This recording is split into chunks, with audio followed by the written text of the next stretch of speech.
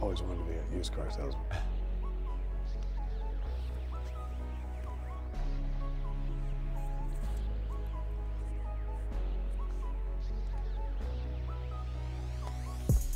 They got me in the green, Simms. They got me in the green. Because it's Super Bowl time, buddy. Eagles, Patriots. Yeah, just buddy. a few days away. Man, I have hope. I didn't think I was going to get here, let alone have hope, but I'm excited because you have the wealth of information to break it all down. Right. You predicted the Vikings would wear down the championship game. You talked about the capabilities of the Jacksonville quarterback and the Patriots' ability to get down the field when they needed to. I'm confident. So whatever you say, whatever you bet on. Well, I was worried about the Vikings getting worn down. I still picked the Vikings to win. I'm going to keep it real here, okay? Yeah, you picked the Eagles. But that was definitely one of my worrying points. I don't think you expect them to win 38-7, but that was amazing. But, I mean, I'm just letting you know, man. It's Super Bowl 52. I know you're an Eagles fan. Yeah. Fuck you, man. Why? I'm going ham on the Patriots. I'm going to be Mr. Patriots fan all week. I don't need I'm going against you. 1, 2, he's coming for you. 3, 4, better lock your door. 5, 6, he's gonna put up a lot of 6, 7, 8. Simms is holding up the Tom Brady TB12. Oh, he's so great. 9. So you've decided 10. to embrace this personality. Oh, baby. Let's go, Pats. Let's go, Boston. I'll never forget the Falcons game. You said, Adam, I'm actually rooting for the Eagles. Yeah. And I was like, oh, man, if I have Simms during this process, this is going to be great. But instead, you're going to spend all of Super Bowl week telling me about Tom Brady. And you're just making me look at his face. Yes. I'm going to torture you all week because you have the better team. Ooh, yeah, that was a compliment. You got the better team. You got the better team. You know what else I have? What? I have more money in the bank. You do. Because when it comes to this betting show, Simms. Oh, I'm done. I mean, I've been done. Yes. Let's see if I can get to 10,000. Last week, Simms went 0-2. The Patriots did not cover, and the Vikings did not cover either. I went 1-1, picking the Eagles over the Vikings, so I was flat. You lost $1,600. For the season, you are down $5,820. I am down $590. I can still be in the black in terms of picks. Right. I am 3 picks over you. And we have $1,600 to bet on just the Super Bowl. But here's how it is. It's Final Jeopardy, I've been told. You can bet 0. You can bet $1,600. I have $590. Can I bet 5,280? You cannot. So I could bet for this. I could bet to get to even, or I could bet to go over, or I could take my L. Right. So we're going to find out. But $1,600. We are going to break down both sides just like we did for the championship game. And now I've learned that Simms is rooting for the Patriots all week, which I'm going to have to step my game up. Here's the matchup. 13-3 New England Patriots, 13-3 Philadelphia Eagles are now 15-3 each. Patriots have the best ranked offense in terms of yard in the NFL. The Eagles are at 7. Most of that was done with Carson Wentz. The Eagles' defensive rank is 4th. The Patriots' defensive rank is 29th, which I would argue most of that is because of Carolina, Houston, and Kansas City. Yeah, early season struggles, certainly. And then I think that they're a bend but don't break defense. They don't care, right? They don't give it. I mean, he tried to say it early last week, right? When he was going, stats. I don't look at stats. Stats are for losers. He wants to make sure you don't score 7, and he keeps scoring 7. Patriots are top 5 in points allowed per game, right? And that's the stat that really matters to Bill Belichick. Yes. The line for this game is Patriots -5. This is where it gets interesting. I want to say this before we start breaking down the game because I think this information is relevant. Cool. There was a big shift in Vegas. This line was Patriots -6. Right. One gambler made a multi-million-dollar bet on the Eagles in one of the largest reported wagers in recent history according to ESPN, and the line is now 5. As an Eagles fan... What did you say? As an Eagles fan, this makes me very excited. Right. Why do I trust the really big gamblers in Vegas? Do you? No. You don't care. No, they've been wrong plenty of times. I know that. Yes. But do you ever hear like a big money shift and you're like, ooh? Yeah, I hear that. I mean, there is something to that, certainly. I just feel like somebody has a future almanac, like that was in Back to the Future, and I feel like somebody out there knows the scores. Yeah, Michael J. Fox finally broke into I think there's a person in the universe. Yes. Apartment and got it out. Matt Groening has been predicting things on The Simpsons for like 20 years. Someone has been in the future, and it might have been Matt. Right. I doubt it. Shout out to Pat McAfee. Yeah, sorry. So you don't care about Vegas? No, I mean, listen, those guys, there's certainly a formula that I would think those heavy bettors follow, and they're probably pretty spot on a lot of the time, certainly. Hey, like I just said, the Eagles are the better football team. There's no doubt about that. Do you want to start with Nick Foles in the offense or Tom Brady in the offense against the Eagles defense? What do you want to? You tell me. Whichever matchup you're more excited. All right, well, let's just start with the best one of the day, the Patriots offense versus your Eagles defense. I want to start with this. Right. The strength of the Eagles defense is the defensive line. Yes. Will Fletcher Cox and those guys get pressure? Jacksonville got pressure. Sure. What do you think about the Eagles defensive line? Yeah, well, your defensive line is every bit, it's overpowering more maybe up the center than even Jacksonville's, okay? That's what I would say more than anything. I don't think you quite have the great array of pass rushers they have, but you're not far off. Really? No, you're not. I mean, listen. I'm surprised because Malik Jackson, Calais Campbell, Yannick Ngakoue have been built up all year. They are amazing. But so you're going to say the Fletcher Cox, Brandon Graham, Vinny Curry, Timmy Jernigan, Chris Long, Derek Barnett that crew. Is legit. Yes, it really is. Belichick said it at his press conference. Yes, this is the key to the team, and this is, I mean, these guys Bo right Allen here. And Destiny Vio too. Right. It's not even like but mainly Bo Allen. It's the first of all the talent of the guys, which is awesome. You heard Bill Belichick, if you heard him say last week, that Chris Long fits in the Eagles system better than he did in our own system. Right. That's totally the truth. He's a true defense end that wants to come off the edge. And look at the snap counts. Yes. 53 for Graham in the NFC Championship game, 53 for Cox, 36 for Curry, 33 for Barnett, 31 for Long, 27 for Jernigan, 24 for Bo Allen, 11 for Destiny Vio. The Patriots can't tire them out. No, they will not be able to tire them out, which they've done to a lot of great defenses in the line, what they did to the Falcons in the Super Bowl last year. Yes, I think it plays into your advantage, right? They couldn't tire out the Jacksonville defensive line either. So similar to that way. And yes, I mean, of course, we all know it's the always talked about key to beating Tom Brady, right? Can you get pressure with your front four? Certainly. I wouldn't worry about sacks as much as I would say, man, if Fletcher Cox can have like one of the games of his life, which, listen, you know me. I mean, he's like one of my favorite players in football. Yes. I mean, if you made me pick who I would take as the ¡1 D tackle in football for my defense, I would take Fletcher Cox over Aaron Donald. And I know that's saying a lot because Aaron Donald's awesome. Right. But he and Jernigan will be a key to this game. How do you think the Pats O-line matches up with them? They don't match up well with them. It's going to be hard. It's going to be on Josh McDaniels' ability to keep your defense off kilter with formations and schemes and screens and plays that go horizontal and plays that go vertical, everything like that. It's going to be on Josh McDaniels more than anything to slow down your defensive line approach. But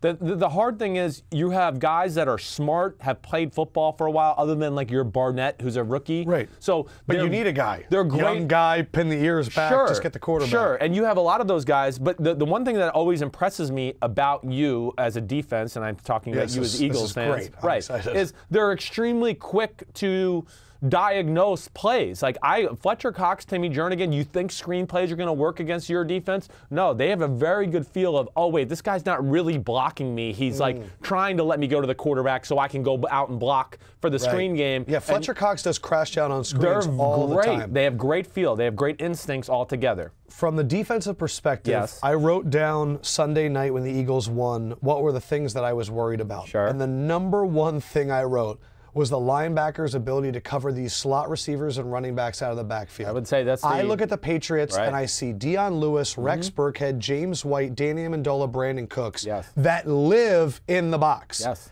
And I look at the weakness of the Eagles is Najee good. Michael Kendricks has played well. Sure. Nigel Bradham is good. But the linebackers as a whole scare me. What happens in this matchup? I mean, listen, you're pretty dumb usually, but that was one of the smarter things you've ever said. It felt weird to come out. No. Like I was like, this sounds logical. I think it might have been the first text I sent to Canvasser because I really think this is going to be one of the keys to the game. If I'm looking at the Eagles scheme, I did. Your film breakdown. But this is one of the keys to the game to me. because I think you're exactly right. First of all, we know the Patriots, right? They love to attack the middle of the field if they can expose little rules within your defense. And with Schwartz's defense, he does put a lot of pressure on his middle linebackers at times to pass things off in the middle, play man-to-man, whatever it may be. Oh, you got the back, you got the tight end, but you got the first guy that goes out. It's like, let's take the first touchdown by the Vikings, for instance. Okay. You remember that play? Of course. It was tight end to the left and back to the left. Safety over him. Right. And they had a miscommunication. They passed it off wrong. And your the linebacker tight end was clear. Right. And that's what see. Those are the things that's why I wrote it down as my number one. Those are the things that McDaniels and Belichick are going to see and go, listen, there's a lot of communication at the line of scrimmage sometimes. Be going, who's got who? Who's got who? If he comes this way and he goes that way, we're going to pass it off, blah, blah, blah. All of that goes on. That's very hard to do, okay, all the time. It's really hard to do against New England because Brady, when he sees you, talking that much, he's just going to go, Omaha, Blue, go! And he's going to run the play, and you guys are going to be still talking to each other, and all of a sudden they're going to go, oh, fuck, Amendola just ran by me. My biggest fear is to be in that stadium and watch these death by 1,000 cut drives.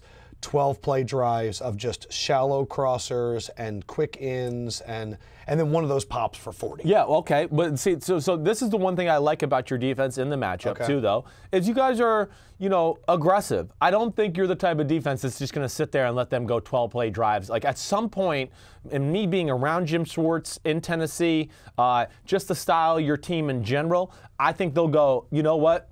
It's play 7, screw it. Let's gamble a little. Let's go after him. Maybe so it's we almost make a play. better that he's the one thing that we've been saying about Jim Schwartz is he's too much of a gambler. Might actually help him in this. Yeah, it's almost like the reverse, like what we've talked about with maybe even the New Orleans Saints. Like this could play into your strength here because again, I don't want your defense, your offense off the field too long. No, your offense, I do think can move the ball on them. We know that. We'll get to that. Right. Yeah. So, but I'm just saying. So from that standpoint, I go, hey, if it's you play 10 of the drive and they're at the 40-yard line still and it's 3rd and 8, hey, maybe you go for it if you're Jim Schwartz. Who cares if they score the touchdown? Okay, don't be afraid to get in the shootout with them from that standpoint. You can. You're exactly right. So I think that, of course, you hit it there.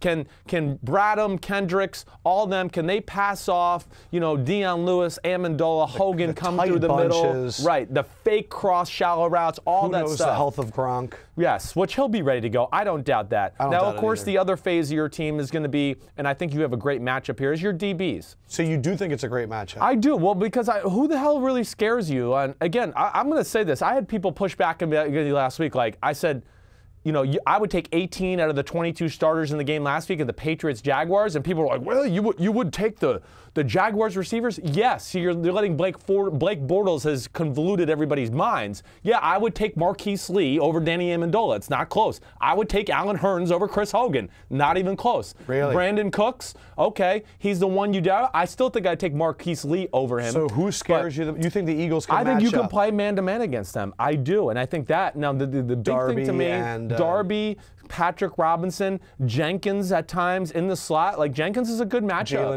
Jalen Mills when he's in there, certainly. All of that. You're not worried about them on an island? No, I mean, listen, are they going to make some plays? Yes, but they are not going to just physically blow by your DBs. I'm not worried about them. This is not a team that's going to go vertical. Hogan's not outrunning Darby. No, and neither is Amendola. Okay. So Cooks is really the only guy, and Cooks, I mean. That is the guy. Cooks is the guy, but. Could he be a Deion Branch circa 2004? Cooks has had a hard time separating downfield. I mean, A.J. Bouye didn't have to push him out of bounds. I mean, he was there. I don't know why he did it. Who guards Gronk? This is the other thing. That'll be Jenkins. I think is going to be a guy that you're going to see at the line of scrimmage. I feel like he was on Greg Olsen when they played the Panthers. Right, and if you watch Nigel Bradham tried too, but no one matches up with Gronk. Gronk is the biggest mismatch in the history of the NFL. They're going to like what they saw on film the Jags did on obvious situations when Gronk, it was obvious pass situations in the first half and Gronk was still healthy. They put Tashawn Gibson on Gronk at the line of scrimmage to not let him get a free release, and then the safety kept his eye on Gronk. Now, you guys are not a defense where I've seen you double people a lot. So I do look at that and go, I can't really think of a game where I go, oh, Schwartz took this guy out of the game through his whole history. Will he change this week and do that? To Julio? I hope he does. He just has to do it, to me, only really in the red zone. Gronk? Only in the red zone. That's what the Jaguars did. Pretty much. You said they doubled Gronk and funneled the running backs. Yes. Which I don't know what that means. Well, they had 2 linebackers for one running back. So to no matter which way he went, go, right. But then they have no safety in the middle of the field. Receivers. Exactly right. Now, Damn, you guys, I think, are a team that can get, it's risky, but I think you can get away with it because of your front four and your ability to keep those guys fresh, where, yes, it's going to be an issue for them. This is not a great offensive line from the New England Patriots. It's not the offensive line we've seen in years past. There's issues with Fleming at right tackle. We've talked about Tooney. Yes, well done, Joe right? Tooney. And that is going to be an issue there. And even Shaq Mason, as good as he is in the run game, he's not the best pass protecting guard I've seen in football. Yeah. So there's going to be matchups there. Fletcher Cox has to be huge. And then the next thing, like, just to keep going, I'm going to cut you off. Go on downs. You know, I want to talk about Patriots offense on first down. Yeah, okay, what did you want to highlight here? Well, I just want to stay on the side of the ball. They're one of the best teams in football on first down. And I think that's what is going to be a big part of the football game. Because like we talked about a little bit with your linebackers in the middle of the field, if New England gets you in 3rd and 4 and 3rd and 3, good night. Because they can run on you, they can go side to side, they can go vertical. They got more ways to find cheap completions than anybody in the history of football. So what are they doing on first down that other people aren't? What do they do? Well,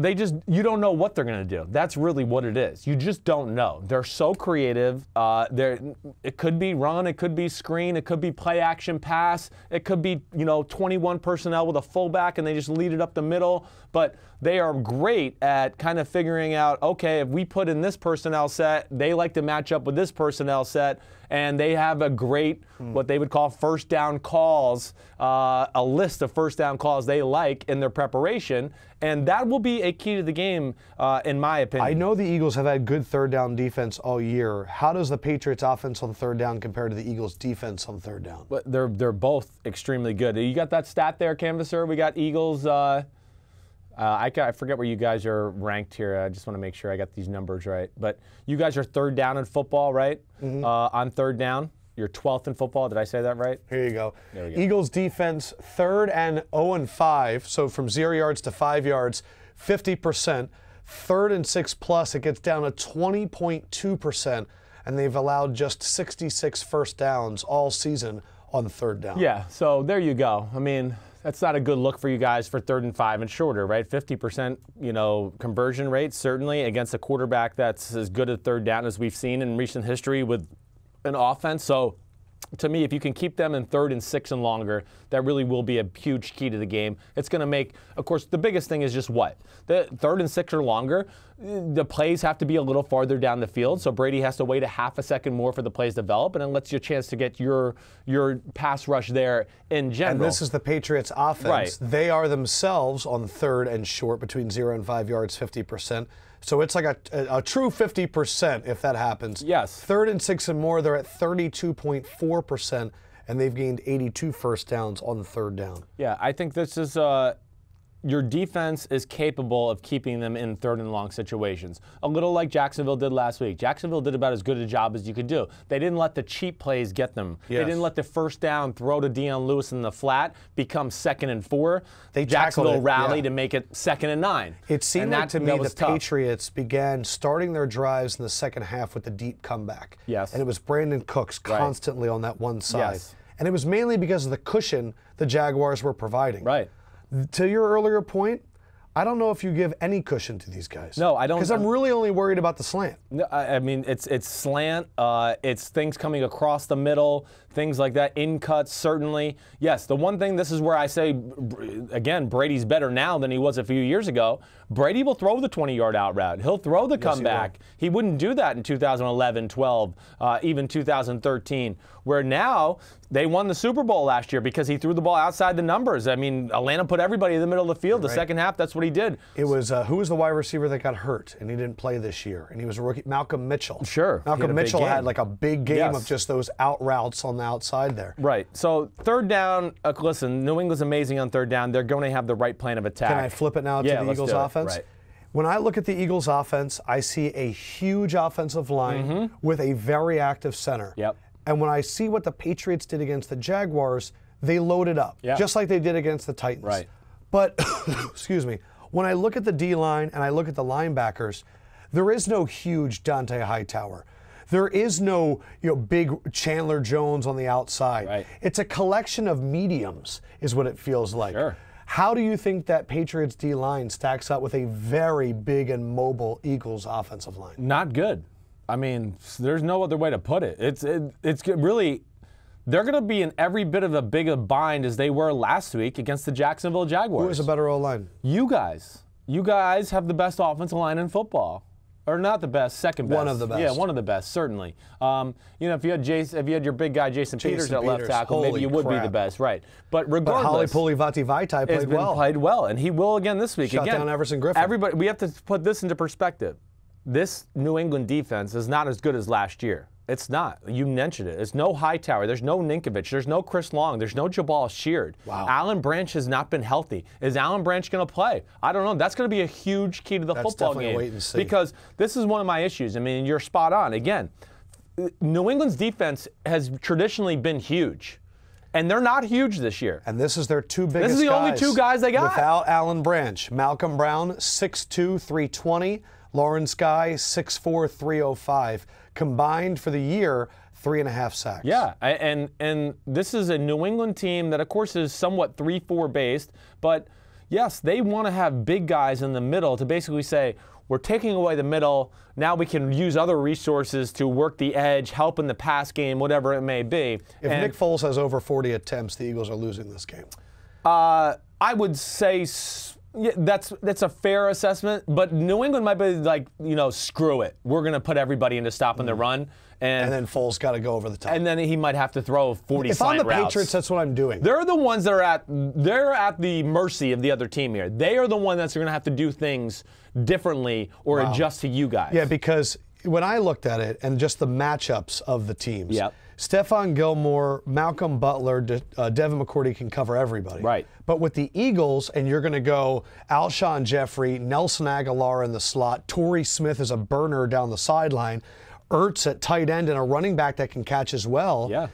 There's too many guys for them to cover and match up with, and it's still possibly a good running situation. Exactly right. And what if they go 3 tight ends? Well, so there's all these things. No, there's all those things. Talk about the Eagles tight ends, because I know you're. What were you going to say? Well, yeah, no, I mean, I don't know. Did we have a graphic for the big offensive linemen? And we don't even have to show them if we don't want to. But again, we'll go to the 3 tight ends. Regardless, this is going to be, I think, also another important set in this football Burton, game. and Selleck. Because this is going to stress New England out because of the points we just made. They really only have 2 big guys if Alan Branch doesn't play. It's just not enough this day and age in the NFL. So they have this wide variety of linebackers / defense ends, Trey Flowers, Dietrich Wise, Landon Roberts, Kyle Van Noy, all these interchangeable guys, certainly. But the issue is going to be when the Eagles put that 3 tight end set in, what do you do? How often do they do it? They've been doing it more as of late. So it's been something that I've seen more in the playoffs towards the end of the season than I saw maybe more early in the year with Carson Wentz. It puts you in a bind for 2 reasons. Defenses get scared to bring creative blitzes in 3 tight end sets because you go, damn, we wanted to bring the free safety will linebacker blitz, but if they run like a strong side run away from that with 3 tight end set, we're outnumbered and we're going to be screwed. And if he just breaks through the line of scrimmage, he's gone. So that makes defensive coordinators chicken out against 3 tight end sets. It makes them get very normal and safe because they go, damn, I can't play something too aggressive here because if they run the power run game, I might be screwed. But the bind you guys are going to put them in is fucking Burton and Ertz are legit pass catchers. It's a la like Gronkowski, Aaron Hernandez old days where you go, damn, what do we do now? They're legit receivers. Right, legit receivers. Or you're going to split them out and they're going to go, okay, we can put Devin McCourty on one of them, certainly. But are we going to bring another DB in the game to match up and then be in a weak spot as far as, are we going to put Rowe out there too? And now be a nickel all game versus a 3 tight end set, and then they get down in a power set, and all of a sudden we're going, damn, we're a nickel or dime, and they're going to run smash mouth football, and we're already the smaller team. So it sounds like you're saying the Eagles should bulk up, play big, a lot of big sets. You're focusing on the run? I don't think you have to definitely bulk up and because you can do a little bit of both. I'm just saying that personnel set will pose problems for New England. They're not going to like that. But yes, as big as you are, it doesn't matter even if you get into 1 tight end, 3 receivers. With this whole little RPO thing you have and your O-line, and as good as it is, it's going to put New England in a bind there too because of the lack of big people. The only thing, they're going to have to find creative ways to stack the line of scrimmage, my mind, New England, but yet have people to drop back into the short zones to take away those slants we saw off the play action fake last week. And that would be the one thing I'd say. They have a little bit of those kind of pieces with the linebackers, right? Where they might be able to stand a bunch of them at the line of scrimmage. Who's going to take this gap? Who's going to drop back? We don't know. And Foles might be going, ooh, they have a lot of people at the line of scrimmage. My RPO slant look to the right looks great. Oh, crap, Van Noy and Elandon Roberts dropped out, and they're underneath it, and now I'm stuck here, right, and I'm stuck with nobody to throw to. Which is the specialty of the Patriots, is the elusive drop The 2 weeks screws you guys, because it just gives, I know, it gives the evil genius a little more time to figure out ways. Right, that would be certainly. It sounds like the key is don't always go with the drop back pass and pound them until they're definitely pound them and do that. And the other thing that I love about you guys is you're aggressive. You're explosive plays. You're not afraid to take shots. We always talk about why are the teams that are not Bill Belichick run teams so simple in the playoffs. Eagles go out there with a flea flicker. I mean, they're going out there out and up before the half with Zach Ertz. I mean, come on. 43 plays of 20 yards or more in the air.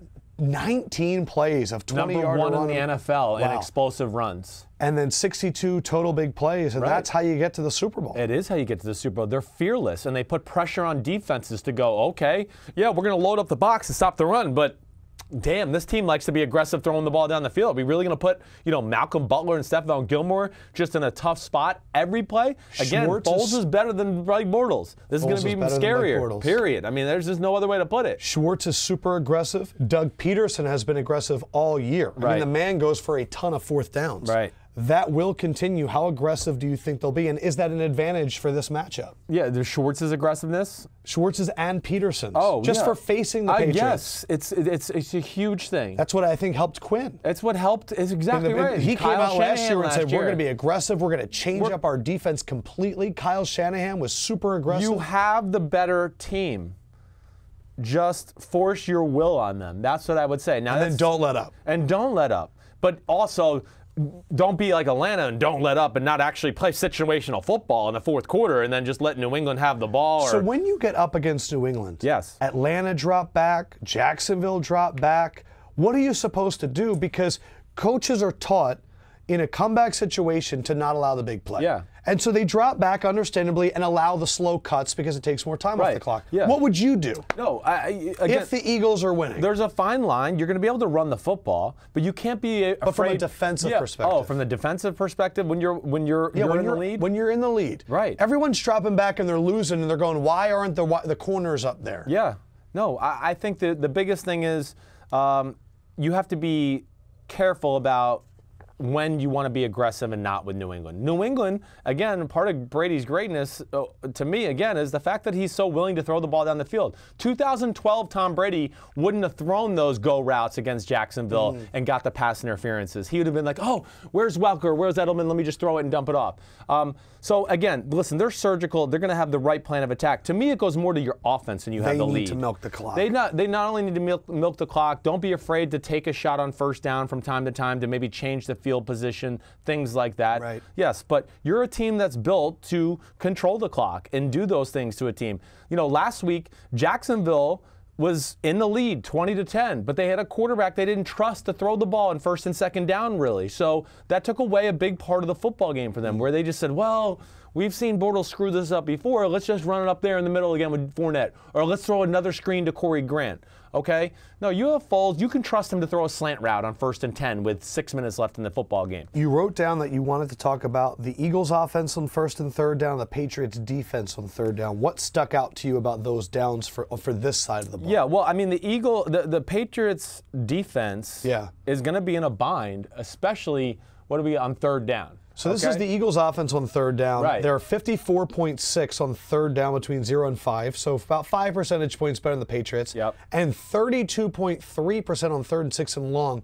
A lot of that was Carson Wentz. Yes. They were the number 1 3rd and long team, and maybe in some history books. Right. Because of Carson Wentz. So that statistic is a little bit off. It's a little off, but last week would show you it doesn't really fucking matter. You're absolutely right. You were 10 for 14 on 3rd downs, and a lot of them were bombs down the field. The Eagles' defense was allowing 50% on 3rd down between 0 and 5. The Patriots allow 57% on 3rd and short. On 3rd and 6 and long, they're 21.9%, but that's nearly 60% on 3rd and short, which is get pounded, Yes. run the ball, Right. take it right at their face. Exactly right. So, I mean, you can get New England. How much Ajayi, how much Blount, how much Clement are you featuring in this game? I mean, Ajayi is the guy to me. I feel only like want sometimes I LeGarrette get Blount. too excited with Blount. I know. I hear you. why I they only start want the second half LeGarrette of Blount Blount? only when you're underneath the center and you're going to run, like when he ran the touchdown up the middle and ran over Sendejo. What was he? You guys were underneath the center. He was in the I formation. He got to come downhill and just go. That's when LeGarrette Blount's his best. And you said they've been doing more under center They've lately. been doing more, and they got to continue to do that. Yeah. New England's not going to like that. They're going to be able to play areas more when you're in shotgun. They're going to go, ooh, they like to throw it here, and these are really the only 2 run plays we got to worry about. So wait, first down is going to be certainly a key for your offense because you see how poor they are in that situation. When it gets to third and short. They're poor. Yeah, and you guys, like first down wise, 5.21 yards per attempt. That's pretty damn good. Okay, so if you can get to keep yourself in third and 6 or less. Second and 5, right. 2nd and 4. They're going to be in a bind. And I think the other thing you have to talk about, I mean, the Patriots on third down, I just want to make sure I got this right, so let me just get it. But they're like 10th in football, I want to say. And really, I would say a lot of that is just because of great game planning more times than not. But the bind they're going to be in. Oh wait, I'm wrong. They're 21st in football on third down. Okay, and the bind they're going to be in more than anything is they don't have a pass rush, and you guys blocked Minnesota like they were nothing. And and the New England Patriots don't have Minnesota's pass rushers. Now they have some more creativity to their defense and some things they do that way, but they are going to really put their corners in a tough spot. They're going to be all over these receivers. They're going to be all over them. They're going to have to cover them for a long time. Alshon can out-jump these guys because they're not that big. Yeah, no, they're not. You're right. Now, Gilmore's the big one. I would think you're going to see him on certain situations on him. So Butler on Torrey Smith going deep. Nobody puts more pressure on their corners than the New England Patriots. Because they have to. That's how they're built. It's the only way they can win the game. I mean, not even the Jaguars, who have the number 1 and 2 corner in football. No, they did not ask their corners to do as much as the New England Patriots do. Well, listen, Malcolm Butler might not be a Patriot next year, so you gotta get your money's worth. I know there was another point I wanted to make, but I can't remember what it is. Are you ready to make your Super Bowl pick? Yeah, sure. Would you like to go first, or should I? Go ahead.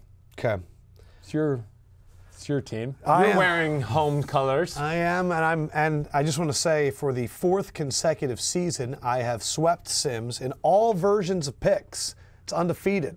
It's the Lefkoe and Simms show. Last year, the picks we tied. Did we? Yeah. My memory is awful. I've lived too much of a life, Chris Simms. So I had the option. I could bet 590 and possibly come to even, and I thought it would be appropriate because Lefkoe locks this year. Yeah.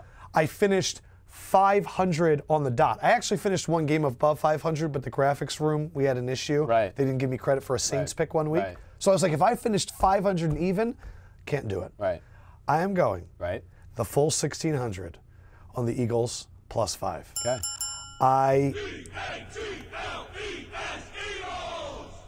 The New England Patriots have never won a Super Bowl by more than 6. Right. And the only time they won by 6 was last year, and it was in overtime, and they were down 28-3. Sure.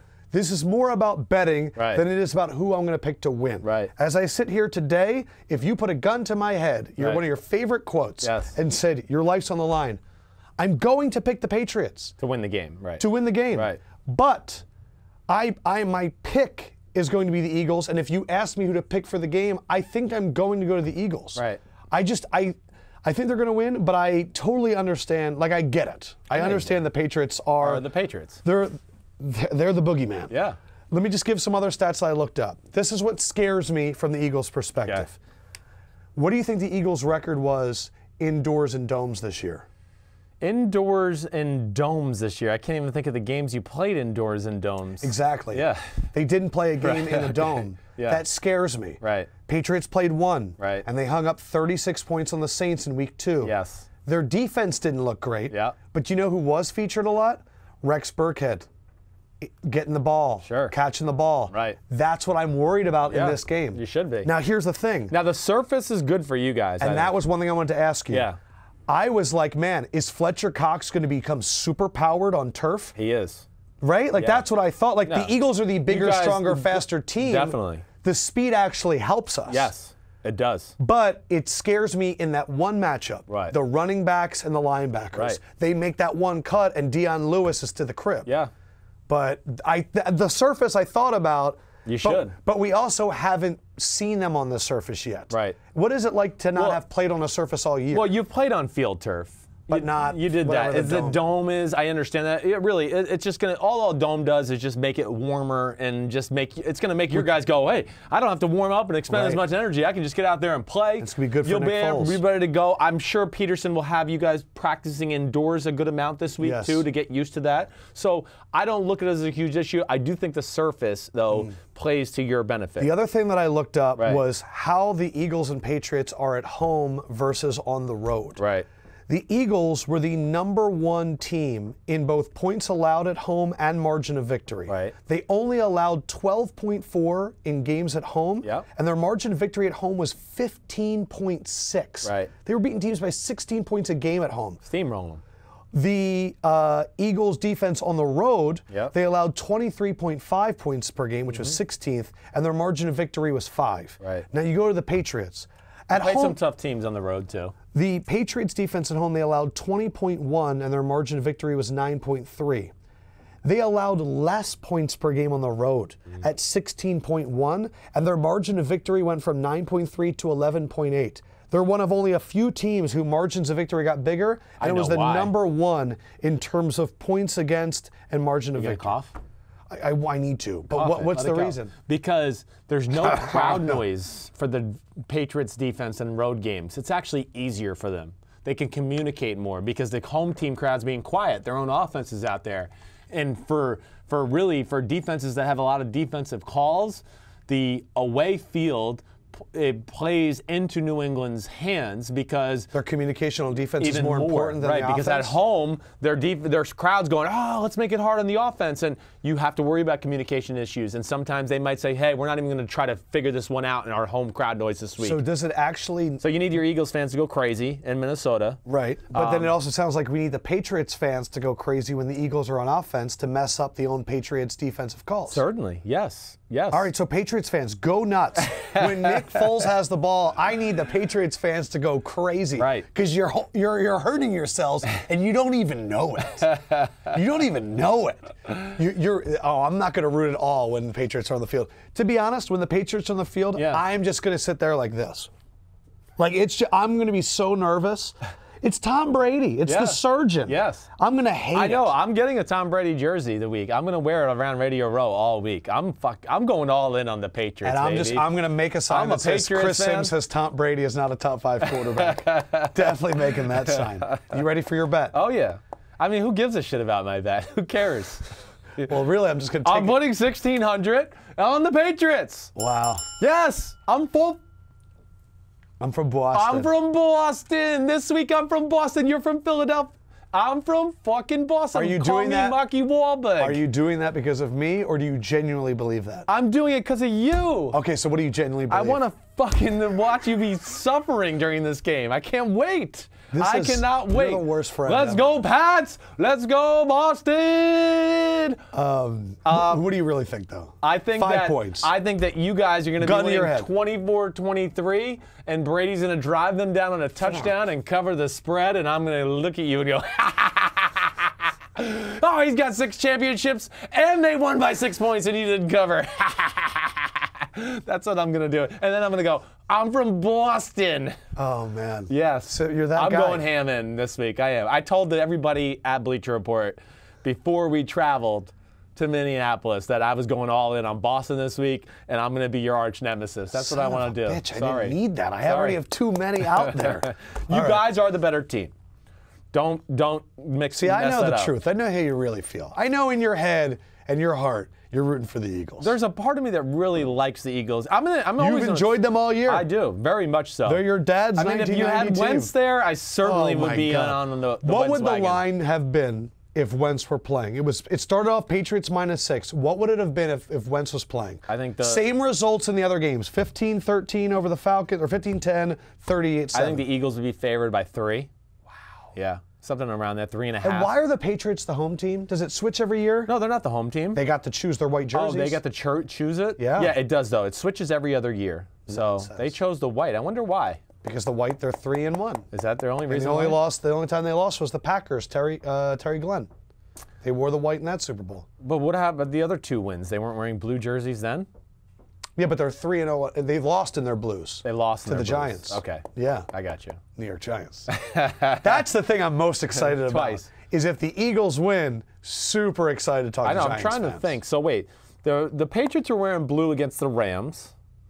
They lost. No, they won. The Patriots beat the Rams in the Super Bowl. Oh, they did. What? Yeah, the hell no. are you But I'm talking about? only talking about the white record. Okay. Not talking about the blue. I know. I'm just wondering what their record is in blue. It's not that crazy of a thought. I'm just wondering. We've brought up the offensive lines. Offensive line play, it really is what makes the NFL go, and it's hard to evaluate it, but that's what they've been doing on NFL.com. Sean O'Hara picking his offensive line of the week. We want to get into the fray as well. You study the film. Which team do you want to make as your offensive line of the year, the entire NFL, not just restricted to the 2 Super Bowl teams? Yeah, the entire NFL, the offensive line of the year for me is the New Orleans Saints. They were the most impressive group throughout the year for me. Number 5 team in rushing in all of football, but it's not just about the running. I mean, first of all, this group of guys, I would argue Andres Pete is in the conversation for the best guard in football. The first-round pick, Ramczyk at right tackle is phenomenal. Teron Armstead, and we have Max Unger at center. It's a phenomenal group, and when they were healthy, it was the most dominant offensive line in football for me this year. Not only opening up huge holes for Kamara and Mark Ingram, but the pass protection for Drew Brees was phenomenal throughout the year. This is a team that made a transition from being Brees and we're going to throw the ball everywhere on the field to we're just going to line up and smash mouth football and there's nothing you can do to stop us when we come downhill. They did it for the better part of the year when they were healthy. They were the best O-line in my mind. I am going to go with the Philadelphia Eagles. Shocking. And it has nothing to do with fanhood. Because when you look at these guys, there has been shifting. But that right side of the line, I don't think people appreciate enough Brandon Brooks. Lane Johnson came onto the scene this year in a big way. Served his 10-game suspension last year, came back, and every primetime game shut down a major pass rusher. Yep. 2 years ago, people were asking us, Jason Kelce, is he done? He had a Pro Bowl caliber season this year, and finally an offense that makes it work for him. Wisniewski was the guard that made sense, but the surprise was the left tackle. Jason Peters is a possible future Hall of Famer. If he comes back next year, I'm going to be blown away. But they were worried about Halipuli Vaitai. And what Big V has done is establish himself, in my mind, as the left tackle of the future. The hardest position, I think, in sports to find other than the quarterback. It's an offensive line that is enormous, that can also shift. They were 3rd in rushing, plenty of time, less than 40 sacks on no matter who the quarterback was. And when Carson Wentz went down, the pressure was on that offensive line to provide a clean pocket for Nick Foles, and it's been there the entire postseason. I'm making the Eagles my offensive line of the year. But I'd agree with you. Saints went through changes as well. Yeah. Major injuries at both tackle positions. Right. Andres Pete. Had to go guard, That was tackle. incredible. Guard, tackle, other tackle, guard. Right. And the value of trading for Max Unger. Yeah. You look back at that trade and everyone went, Jimmy Graham and Russell Wilson, what are they going to do? You don't trade your franchise center. Yeah. Though we have always talked about how in the NFL it's the hardest thing to find is young offensive line play. Right. Coaches complain to you all the time, whether it's the system in college football, whether it's the fact that they're really just defensive linemen playing offensive line. Right. The talent isn't there. Yeah. That's the reason the Saints were good. It's the reason the Eagles were good, and they withstood injuries. We've lost sight of the facts of the matter that the game is still about size, physicality, intensity, and the ability. This right here is not your space. It's not my space. It's whoever wins in the fight to get that space. And I think people have lost sight of that in the world of fantasy football and 7-on-7 and Big 12 college football where they throw the ball. That's still the name of the game. The New England Patriots, for the most part, have won 5 Super Bowls because they've been the bigger team on the football field in the majority of those Super Bowls. And it's still the name of the game now. I mean, look at the teams that we were here down the stretch. All four were in the conversation for one of the four biggest teams in football. New England's smaller than any year I can remember, especially on the defensive side of the ball. But yes, that's still the name of the game in my opinion, and we lose sight of it because of the sexiness of teams like the Falcons and things like that at times. You said on episode 150 that Von Miller was the best pass rusher last year, but he wasn't at this year. Yes. People can't handle ranking changes. Yeah. Cowboys and Raiders were the two offensive lines that were definitely there last year. Right. Where were they this year? Cowboys was the Raiders were down the list, certainly. What happened? Yeah, I mean, well, their right tackle got hurt. Right tackle, Donald Penn missed a lot of training camp. He got off to a slow start. Derek Carr, he wasn't as effective this year. He hurt his back, which I'm sure didn't help him. What about Gabe Jackson, Hudson? They weren't bad. And our main guy, left guard. Yeah, Osamele. Yeah. Right. They weren't bad. They had solid years, but I really think more than anything it was the offensive system, and they list out on Bill Musgrave. Bill Musgrave's good at running the football, keeping a balanced offense. That's what helped Derek Carr in the pass offense the years before that. Cowboys O-line was good. They lost a lot of people. When you lose your right tackle, Doug Free, your left guard, who went on to the Denver Broncos, Ronald Leary. Tyron Smith had back issues. And Tyron Smith missed games for like the first time. I mean, even when he played, he was like a wooden Indian. He couldn't even bend over. But Zach Market and Travis Frederick were good. But Martin wasn't as good as years past. Like, I would have said this is the first year I would have considered maybe saying other guards were better than him in his career. Like, I would have said maybe Andrus Peat, when he was healthy, was a better guard than Zach Martin this year. Physical, offense, not having his right tackle there. I think that, Ezekiel Elliott not being there, it hampered them at times. I think they have to find more creative ways to run the football. Yeah. The pass game, has, of course, struggled at times too, and that, of course, leads to the offensive line. So all of that just hurt them. We need to pick our player that will be setting the bar. You're screwed. In the Super Bowl. You are screwed. Which player is not only going to raise the bar, set the bar, they will be the bar. Thank you, Ford. By the way, I think Ford took that from us. Yeah. Who is your player that will set the bar in Super Bowl 52? Oh, his name is Tom Brady. He will be setting the bar. He is the bar. He's the Ford truck. He's the best Ford truck they got available at the highest prices available. He is the man. He's from Boston, and Tom Brady, it's a Super Bowl. What else can I say? He's amazing. Yeah, I'm going to go with Captain Obvious here. That's what I'm doing, okay? Yes. It's Tom Brady. It's Super Bowl. I've said this before. No, I don't think Tom Brady's the greatest quarterback of all time. I think he's really awesome and certainly in the conversation for greatest of all time. But I think he's Derek Jeter. That's what I look at. There's a clutch factor with what he does, okay? When it's on the line at the end of the game, just like Jeter, I used to go, well, he'll get the base hit we need. Just like his last hit of his career. Exactly right. Brady's the same way. Oh, he's got the ball left with 3 minutes and they need a touchdown? Guaranteed. He's going to go down and score a touchdown. That's why he is the bar. He just continues to break records. He's unbelievable from that standpoint. His ability to be calm, cool, and collect in pressure situations. That's why he is the bar. Lefkoe. Both have 5 rings. Both went to Michigan. Yeah, Tom Brady. Both are cool as hell off the field. They are. And are married to a wonderful woman. Oh, wonderful. And they've dominated life. My setting the bar, I wanted to go in the weeds. I was going to go Jay Ajayi because I think that the Eagles need to push. I wanted to make Brandon Brooks, but how do you quantify a guard? But I think the advantage for the Eagles in this game is when they spread them out, everyone needs to be accounted for. And I think this is going to be the guy that has the big game. His name is Zach Ertz. I think Zach Ertz can be the mismatch in this game. If he has the linebackers on him, whether it's an Landon Roberts or a Kyle Van Noy, God help the Patriots if it's James Harrison. This is a huge advantage for the Eagles.